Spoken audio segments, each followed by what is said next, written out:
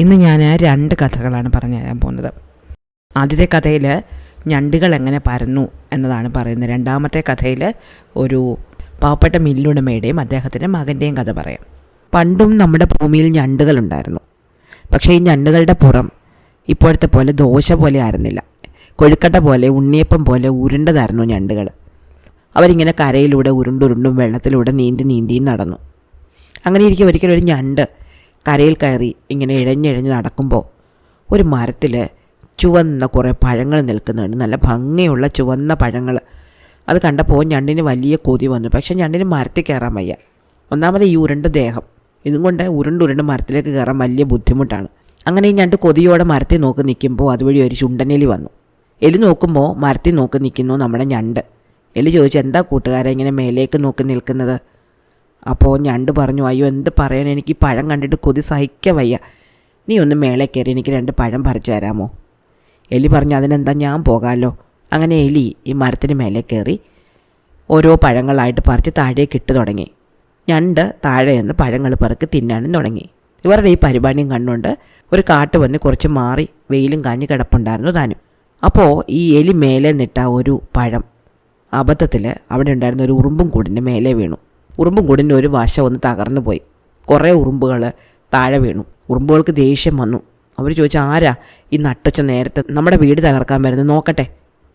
എന്നിട്ട് ഇവർ പുറത്തിറങ്ങി നോക്കുമ്പോൾ വെയിലും കാഞ്ഞു കിടക്കുന്ന ഒരു പന്നി. ഈ പന്നിയാണ് നമ്മുടെ വീട് തകർത്തത്. ഇവനിപ്പോൾ ഒരു പാഠം പഠിപ്പിക്കണമെന്നും പറഞ്ഞ് ഈ ഉറുമ്പുകളെല്ലാം കൂടി നേരെ ചെന്ന് പന്നിയുടെ കാലിൽ നല്ല കടി കൊടുക്കാൻ തുടങ്ങി. പന്നി ആകെ വിഷമിച്ചു പോയി. കടി കൊണ്ട പന്നി വരണ്ട് അവിടെ നിന്ന് ഓടിച്ചെന്ന് പന്നി അറിയാതെ അവിടെ നിന്നൊരു മരത്തിൽ ചെന്ന് മുട്ടി. അപ്പോൾ ആ മരത്തിൽ തലകീഴായി തൂങ്ങിക്കിടന്ന് ഉറങ്ങായിരുന്നു ഒരു വവ്വാല്. മരം കുലുങ്ങിയതും വവ്വാല് പറന്നു. അവൻ പേടിച്ചു പോയി. അവൻ ആദ്യം വിചാരിച്ചത് ഭൂമി കുലുക്കാണെന്ന്. നോക്കുമ്പോൾ ഉണ്ട് പന്നി മരം കുത്തിയിടിക്കുകയാണ്. അയ്യോ, ഈ പന്നി എൻ്റെ മരം കുത്തി മറിക്കാൻ പോന്നേ എന്നും പറഞ്ഞുകൊണ്ട് ഈ വവ്വാല് പറന്ന് ചെന്ന് ഒരു ആനയുടെ ചെവിയിൽ കയറി ഒളിച്ചിരുന്നു. ആന വരണ്ടു പോയി. ആന അവിടെ കിടന്ന് തലയും കുത്തി മറിയാൻ തുടങ്ങി. എന്തൊക്കെ ചെയ്തിട്ടും ചെവിയിൽ നിന്ന് വവ്വാല് പോകുന്നില്ല. അവസാനം ആന വരണ്ടോടി ഒരു അമ്മുമ്മയുടെ കുടിലിൽ ചെന്ന് ഒറ്റ തട്ട്. കുടിൽ തടുപൊടുന്ന് താഴെ വീണു. അമ്മുമ്മ മുറ്റത്തിരുന്ന പായ നെയ്യായിരുന്നു. അമ്മുമ്മ ഒരു വടിയും കൊണ്ട് ചാടി ഇറങ്ങി വന്ന് ആനക്കെട്ടി 2 അടി കൊടുത്ത്, അഹങ്കാരി, എൻ്റെ വീട് തകർക്കുന്നോ? നീ എന്തിനാ എൻ്റെ വീട് കുത്തിയത്? എൻ്റെ വീട് കുത്തി മറിച്ചിട്ടില്ലേ നീ? അപ്പോൾ ആന പറഞ്ഞു, അയ്യോ അമ്മുമ്മ, എന്നെ അടിക്കല്ലേ, എൻ്റെ ചെവിക്കകത്തൊരു വവ്വാല് കയറി, അവൻ കാരണം ഞാൻ ഇങ്ങനെ ചെയ്തത്. അമ്മുമ്മ ഉടനെ വടിയും കൊണ്ട് ചെവിക്കകത്തിട്ട് കുത്തി വവ്വാലിനെ പുറത്തെടുത്തു. എന്നിട്ട് വവ്വാലിനെ അടിക്കാൻ തുടങ്ങി. വവ്വാല് പറഞ്ഞു, അയ്യോ അമ്മുമ്മ, എന്നെ അടിക്കല്ലേ, ഞാനല്ല, ആ പന്നി എൻ്റെ വീട് കുത്തി മറിച്ചിടാൻ തുടങ്ങി, അതുകൊണ്ട് ഞാൻ ഓടിയത്, അല്ലെങ്കിൽ ഞാൻ ഓടില്ല. അമ്മുമ്മ നേരെ വടിയും കൊണ്ട് പന്നിയെ കാണാൻ പോയി. മരത്തിനടുത്ത് പന്നി അപ്പം നിപ്പുണ്ട്. കാലിലെ ഉറുമ്പിനെ കുടഞ്ഞ് കളയുക. അമ്മുമ്മ പന്നിക്കിട്ട് 2 അടി കൊടുത്തു. എന്തിനാടാ വവ്വാല് താമസിക്കുന്ന മരം വന്ന് ഇടിച്ചിടാൻ നോക്കിയത്? അപ്പോൾ പന്നി പറഞ്ഞു, അയ്യോ എൻ്റെ അമ്മുമ്മ, ഞാൻ അങ്ങനെ ചെയ്തതല്ല. ഈ ഉറുമ്പുകളെല്ലാം കൂടെ എൻ്റെ കാല് കടിച്ച് മുറിച്ചുകൊണ്ട് ഞാൻ ഓടി വന്നപ്പോൾ അറിയാതെ തട്ടിപ്പോയതാ. ഞാൻ എന്തിനാ വവ്വാലിൻ്റെ വീട് മറിച്ചിടുന്നത്? അമ്മുമ്മ ഉടനെ ഉറുമ്പുകളുടെ നേരെ തിരിഞ്ഞു, നിങ്ങളെല്ലാം ഞാനിപ്പോൾ തീ വെച്ച് കൊല്ലും കേട്ടോ എന്ന് പറഞ്ഞു. അപ്പോൾ ഉറുമ്പുകളുടെ രാജാവ് പറഞ്ഞു, അയ്യോ എൻ്റെ അമ്മുമ്മ, ഞങ്ങൾ മനഃപൂർവ്വം ചെയ്തതല്ല. ഈ പന്നി മരത്തേന്ന് പഴം കുലുക്കിയിട്ട് ഞങ്ങളുടെ വീട് തകർത്തു.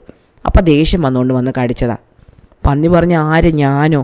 ഞാനല്ല പഴം കുലുക്കിയിട്ടത്, എലിയ. അപ്പോൾ അമ്മുമ്മ ഓടിച്ചെന്ന് എലിയെ പിടിച്ചു. എലിയുടെ വാലി തൂക്കി പിടിച്ചിട്ട് പറഞ്ഞു, നിന്നെ ഞാനിപ്പോൾ ശരിപ്പെടുത്തും, നീ കാരണം എൻ്റെ വീട് നശിച്ചു. നീ പഴം കുലുക്കി താഴെ ഇട്ടപ്പോൾ ഉറുമ്പുകൾ പേടിച്ചു. ഉറുമ്പുകൾ പേടിച്ചോടിച്ചെന്ന് പന്നിയെ കടിച്ചു. പന്നി ഓടിച്ചെന്ന് മരം കുലുങ്ങിയപ്പോൾ വവ്വാല് പറഞ്ഞെന്ന് ആനയുടെ ചെവി കയറി. ആന വരണ്ട് വന്ന് എൻ്റെ വീടും തകർത്തു. അപ്പോൾ എലി പറഞ്ഞു, എൻ്റെ അമ്മുമ്മ, ഞാനിത് കുറ്റക്കാരനല്ല, ഇതാ ഞണ്ടിൻ്റെ പണിയാണ്. ഞണ്ട് താഴെ നിന്ന് പഴങ്ങളെല്ലാം പെറുക്കി തിന്നോളാന്ന് പറഞ്ഞത് അവൻ കൃത്യമായിട്ട് പിടിക്കാഞ്ഞത് കൊണ്ടാണ് അത് ഉറുമ്പും കൂട്ടി വീണത്. അവൻ കൊതിച്ചത് കൊണ്ടല്ലേ ഞാൻ മരത്തെ കയറി പഴം പറിച്ചു കൊടുത്തത്. അപ്പോൾ അമ്മുമ്മ നേരെ ഞണ്ടിൻ്റെ അടുത്ത് ചെന്നു. ഞണ്ടാണെങ്കിൽ ഒട്ടും കൂസാതെ പഴമൊക്കെ തിന്ന് വയറൊക്കെ നിറച്ച് വെയിലും കാഞ്ഞ് കിടക്കുമായിരുന്നു. അപ്പോൾ അമ്മുമ്മ ചെന്ന് ചോദിച്ചാൽ, അഹങ്കാരി, പഴങ്ങളെല്ലാം താഴെ നിന്ന് പിടിക്കാമെന്ന് പറഞ്ഞിട്ട് ഒരു പഴം തെറിച്ചു വീണ് ഉറുമ്പിൻ്റെ കൂട് തകർന്നല്ലോ, വേഗം അവൻ്റെ കൂട് കെട്ടിക്കൊടുക്ക്. അപ്പോൾ ഞണ്ട് പറഞ്ഞു, എനിക്ക് മനസ്സില്ല, ഞാൻ ഉറുമ്പിൻ്റെ കൂടെ നിന്ന് കെട്ടിക്കൊടുക്കാൻ പോകുന്നില്ല, എൻ്റെ വയറ് നിറഞ്ഞ് ഞാൻ എൻ്റെ കുളത്തിലോട്ട് പോവാം. അപ്പോൾ അമ്മുമ്മ പറഞ്ഞു, ആഹാ, നിന്നെ ഞങ്ങൾ കുളത്തിലോട്ട് ഇപ്പം വിടാം, നിന്നെ ഞങ്ങളിപ്പോൾ ശരിപ്പെടുത്തുന്നുണ്ട്. അപ്പോൾ ഞണ്ട് തന്നെ നീണ്ട കാല് വെച്ച് അമ്മുമ്മ ഇറുക്കാൻ ചെന്നു. ഞണ്ട് ഇറുക്കാൻ വരുന്ന കണ്ടുകൊണ്ട് ആന ഓടി വന്നു. അപ്പോൾ ഞണ്ട് ആനയെ ഇറുക്കാൻ ചെന്നു. അപ്പോൾ ഇവരെല്ലാവരും കൂടെ ഞണ്ടിനെ പിടിക്കാൻ ഓടി. ഞണ്ട് എന്ത് ചെയ്തു? ഞണ്ട് ഓടി ഓടി ഓടി ഒരു മലയുടെ താഴെയുള്ള മാളത്തിൽ കയറി അങ്ങ് ഒളിച്ചു കളഞ്ഞു. അമ്മൂമ്മ ഞണ്ടിനെ പിടിക്കാൻ വേണ്ടിയിട്ട് ആ ദ്വാരത്തിനുള്ളിലേക്ക് കൈയിട്ടപ്പോൾ അമ്മൂമ്മയുടെ കൈക്ക് കിട്ടി ഞണ്ടിൻ്റെ കയ്യിൽ നിന്നൊരു ഇറുക്ക്. അമ്മൂമ്മയ്ക്ക് ദേഷ്യം വന്നു. അപ്പോൾ ബാക്കിയുള്ള മൃഗങ്ങളെല്ലാം പറഞ്ഞു, ഇവരൊരു അഹങ്കാരിയാണ്, നമ്മളെല്ലാവരും എത്ര വിനയത്തോടെ അമ്മൂമ്മയോട് സംസാരിച്ചത്, ഇവനങ്ങനെയാണോ, ഇവൻ്റെ അമ്മൂമ്മയെ കടിക്കുകയും ചെയ്തു, ഇവനെ നമുക്ക് ശരിപ്പെടുത്തണം. അവരെല്ലാവരും കൂടെ ആ മല പൊക്കാൻ നോക്കി. അമ്മൂമ്മ മലയുടെ ഒരു വശത്ത് പിടിച്ചു, എലി ഒരു വശത്ത് പിടിച്ചു, ആന ഒരു വശത്ത് പിടിച്ചു, ഉറുമ്പ് ഒരു വശത്ത് പിടിച്ചു, പന്നി ഒരു വശത്ത് പിടിച്ചു, വവ്വാല് പോലും പിടിച്ചു. മല പൊങ്ങുന്നില്ല. എന്നാലും ഒരു കഷ്ടപ്പെട്ട് ഒരു വിധത്തിൽ അത് ചെറുതായിട്ടൊന്ന് പൊക്കി. മല പൊങ്ങി വരുന്ന കണ്ടപ്പോൾ മാളത്തിൽ നിന്ന് ഞണ്ട് പുറത്തു വന്നു. ഇതെന്താണെന്നറിയാൻ വേണ്ടി മേലേക്ക് നോക്കിയപ്പോൾ ഇവരുടെ കയ്യിൽ നിന്ന് പിടിവിട്ട് ഈ മല നേരെ ഞണ്ടിൻ്റെ ദേഹത്തേക്ക് വീണു. അങ്ങനെ ഞണ്ട് അങ്ങ് പരന്നുപോയി. അങ്ങനെ പണ്ട് ഉണ്ണിയപ്പം പോലെ ഇരുന്ന ഞണ്ട് ദോശ പോലെ പരന്നുപോയി. പണ്ട് ഒരു ഗ്രാമത്തിലൊരു മില്ലുകാരനുണ്ടായിരുന്നു. അയാൾ അരി പൊടിച്ചു കൊടുക്കുന്നൊരു മില്ല് അയാൾക്ക് സ്വന്തമായിട്ടുണ്ടായിരുന്നു. പക്ഷേ അയാളുടെ കടയിൽ വളരെ കുറച്ച് ആൾക്കാരെ അരി പൊടിപ്പിക്കാൻ വരാറുണ്ടായിരുന്നുള്ളൂ. ഇവർക്ക് വലിയ ദാരിദ്ര്യമായി. അപ്പോൾ ഒരു ദിവസം തൻ്റെ ഭാര്യയ്ക്കും അമ്മയ്ക്കും അച്ഛനും ഒന്നും ഭക്ഷണം കൊടുക്കാനുള്ള വക പോലും ഇല്ലാതെ ഇയാൾ വല്ലാതെ ബുദ്ധിമുട്ടി. സങ്കടപ്പെട്ട അയാളുടെ മില്ലിനടുത്തുള്ള നദിയിലെ കരയിൽ പോയിരുന്ന് മില്ലിനടുത്തുള്ള നദിയുടെ കരയിൽ പോയിരുന്ന് കരഞ്ഞു. അയാളുടെ കണ്ണിൽ നിന്ന് കണ്ണുനീർത്തുള്ളികൾ ഇറ്റിറ്റ് വെള്ളത്തിലേക്ക് വീണുകൊണ്ടിരുന്നു. അപ്പോൾ പെട്ടെന്ന് വെള്ളത്തിനടിയിൽ നിന്നൊരു ശബ്ദം കേട്ടു. ഏയ് മില്ലുകാരാ, ഞാൻ നിന്നെ പണക്കാരനാക്കട്ടെ. നല്ല സന്തോഷമുള്ള കാര്യമല്ലേ ചോദിക്കുന്നത്. അയാൾ പറഞ്ഞു, ഓ പിന്നെന്താ, എനിക്ക് പണക്കാരനായാൽ കൊള്ളാമെന്നുണ്ട്, ഞാൻ എന്ത് ചെയ്യണം? അപ്പോൾ വെള്ളത്തിനടിയിൽ നിന്നുള്ള ശബ്ദം പറഞ്ഞു, നീ ഒന്നും ചെയ്യണ്ട. നീ ഇപ്പോൾ തിരിച്ച് വീട്ടിലെത്തുമ്പോൾ നിൻ്റെ വീട്ടിൽ പുതിയതായിട്ടൊരാൾ വന്നിട്ടുണ്ടായിരിക്കും, അതിനെ എനിക്ക് തരണം. അപ്പോൾ ബില്ലുകാരൻ പറഞ്ഞു, ശരി ഞാൻ തരാം. അങ്ങനെ ഇയാൾ വീട്ടിലേക്ക് പോയി. വീട്ടിൽ ചെന്നപ്പോഴാണ് അറിഞ്ഞത് അയാളുടെ ഭാര്യ പ്രസവിച്ചു. അയാൾക്കൊരു മകനുണ്ടായിട്ടുണ്ട്. അയാൾ ആകെ വിഷമിച്ചു പോയി. ഈ ജലത്തിൽ നിന്ന് വന്ന ശബ്ദം തൻ്റെ മകനെയാണ് ചോദിച്ചതെന്ന് അപ്പോഴാണ് അയാൾക്ക് മനസ്സിലായത്. അയാൾ ഈ കാര്യങ്ങളെല്ലാം ഭാര്യയോട് പറഞ്ഞു. അപ്പോൾ ഭാര്യയും ഭർത്താവും കൂടെ തീരുമാനിച്ചു, യാതൊരു കാരണവശാലും മകനെ ഈ നദിയുടെ അടുത്തേക്ക് വിടുകയേ വേണ്ട, നദിയെന്നല്ല വെള്ളത്തിനടുത്തോട്ട് പോലും വിടണ്ട. അങ്ങനെ ഇവർ മകനോട് കുട്ടിക്കാലം തൊട്ടേ പറഞ്ഞു കൊടുത്തു, നദിയുടെ അടുത്തേക്ക് പോകരുത്, അപകടമാണ്. മകൻ വളർന്നു വന്നു, നല്ല മിടുക്കനായിട്ട് വളർന്നു. അവൻ വലുതായിട്ട് അവൻ നല്ലൊരു ജോലിക്കാരനായി തീർന്നു. അവൻ നന്നായിട്ട് ജോലി ചെയ്യും, കഠിനാധ്വാനിയാണ്. അപ്പോൾ അവൻ ജോലി ചെയ്തത് തൊട്ടടുത്ത ഒരു ഗ്രാമത്തിലെ കർഷകൻ്റെ വീട്ടിലായിരുന്നു. അപ്പോൾ അവിടുത്തെ യജമാനന് ഇവനെ വളരെയധികം ഇഷ്ടപ്പെട്ടിട്ട് തൻ്റെ മകളെ തന്നെ അവന് വിവാഹം കഴിച്ചു കൊടുത്തു.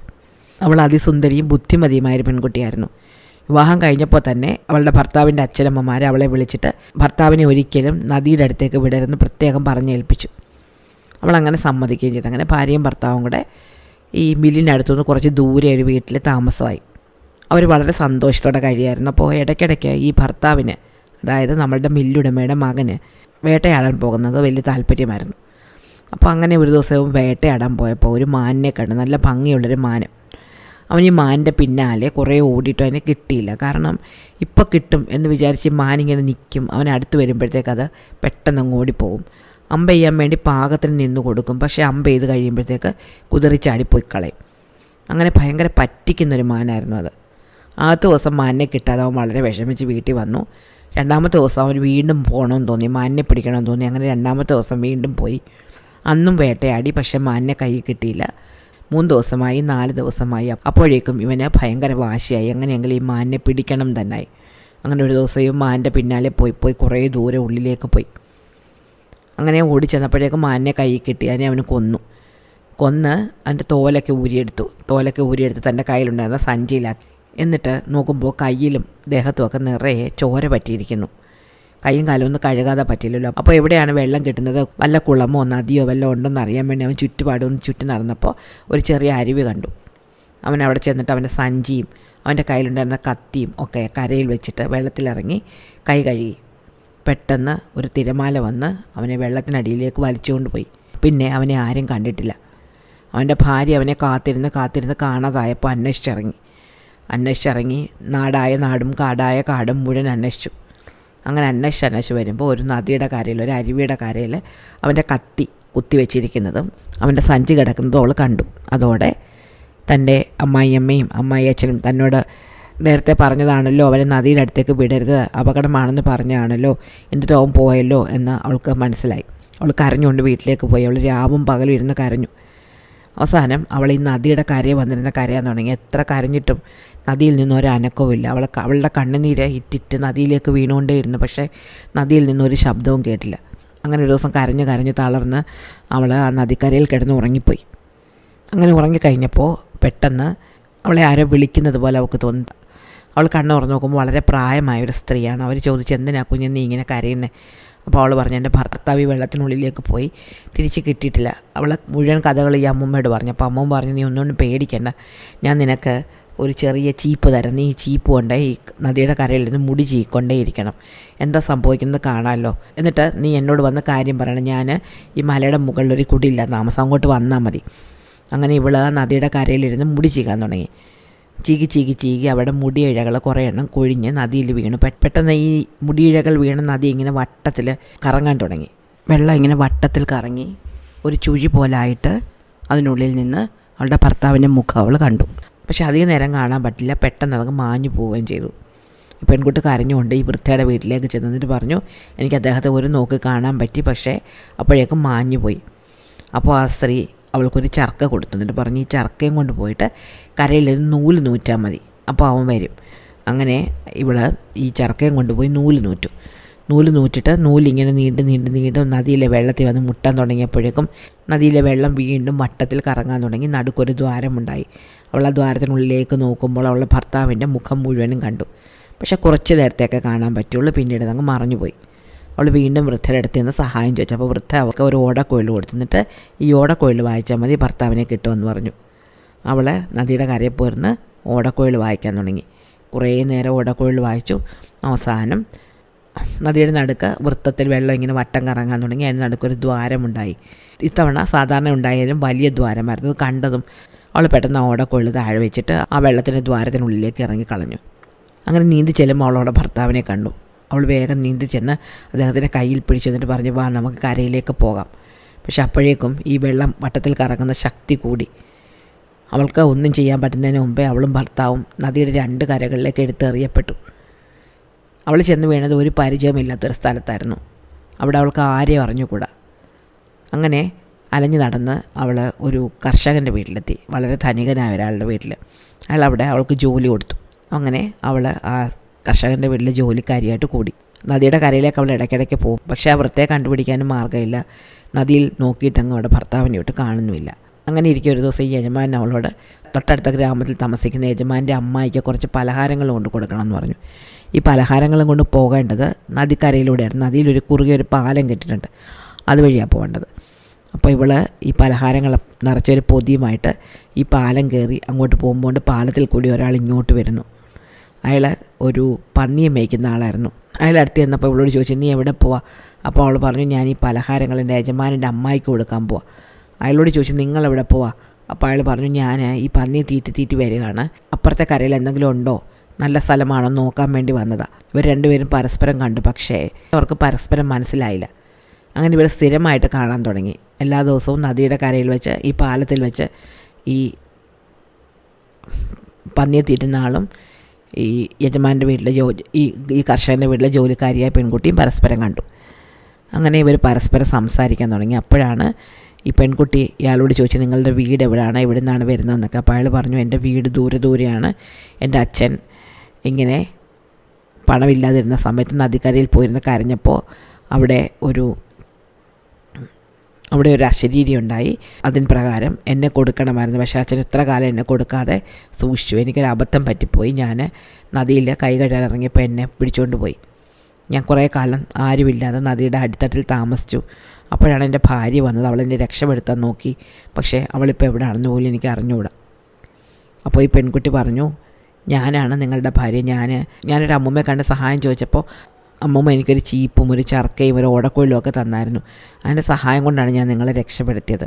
അപ്പോൾ ഈ ജലദേവതയുടെ ശാപം കാരണം പരസ്പരം മനസ്സിലാക്കാതെ ഇവർക്ക് 2 പേർക്കും അവർ 2 പേരും കൂടെ അവരുടെ വീട്ടിലേക്ക് തിരിച്ചുപോയി. പിന്നീടുള്ള കാലം അവർ സുഖമായിട്ട് ജീവിച്ചു.